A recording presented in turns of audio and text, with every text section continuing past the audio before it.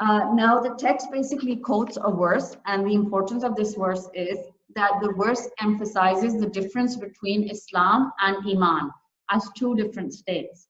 So we'll go through the verse, right? The verse tells us that, let me first give you the English translation. The Arabs of the desert say, amanna. So amanna means we have Iman, and lam tu'minu means that you don't have Iman. So basically the Arabs of the deserts were used to say that we have Iman, right? And Allah Ta'ala says, Qul, here Allah is saying that, O Muhammad sallallahu alaihi wasallam, tell them, Qul means tell them, lam tu'minu, you do not have Iman. But say rather, we submit, we have aslamna, we have Islam, right? So this means that the Quran here is telling us that tell the Bedouin Arabs that you don't have Iman, right? But you have Islam, right? So if I can show you this, let's see. So amanna is here, and lam tu'minu also comes from Iman. Aslamna is here, we have Islam. So Allah Ta'ala is saying that tell those desert Bedouin Arabs that you do not have Iman, but rather say that you have entered into Islam. Why?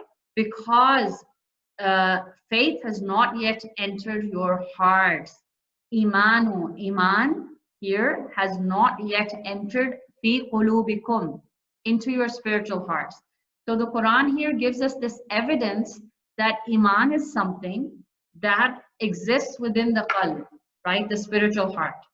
So Allah Ta'ala is saying that because the Iman has not entered their qalb yet, it's not entered their qalb yet, so you can't say that you're on Iman, but rather you will say that you are on step one, Islam. So this verse basically tells you that Iman and Islam are correlated. In what sense?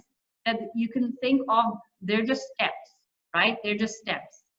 So step one is Iman and step two is Islam, right? Sorry, step one is Islam and step two is Iman. So this is the emphasis of the verse. Okay? The verse is trying to tell us that Islam and Iman are two different states. Islam is step one and Iman is step two. Right. Okay. I hope this is clear. It is, ma'am.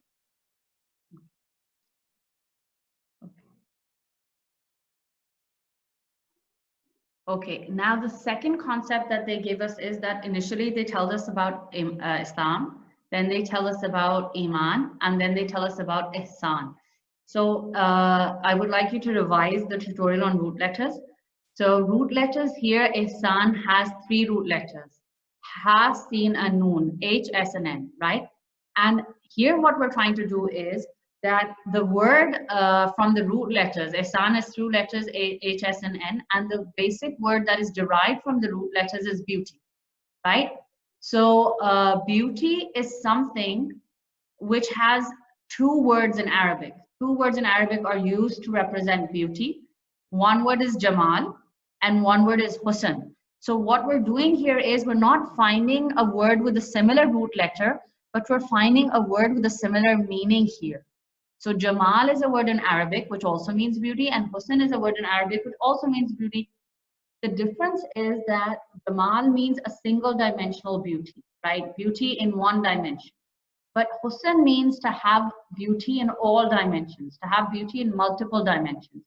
And this is the meaning of Ihsan, to become beautiful in your ruh, nafs, and body, to completely change and become beautiful for the sake of Allah subhanahu wa ta'ala, right? So this is what Ihsan is, which represents more than one kind of beauty. Now, the whole concept of Islam, Iman, and Ihsan, the condition, the demand of all of the things Islam requires you to do, the 5 pillars. Iman requires you to believe in the 6 tenets of faith. Ihsan requires you to work on your ruh and nafs. So all the work that is required when you enter into these 3 levels, the goal is complete spiritual transformation.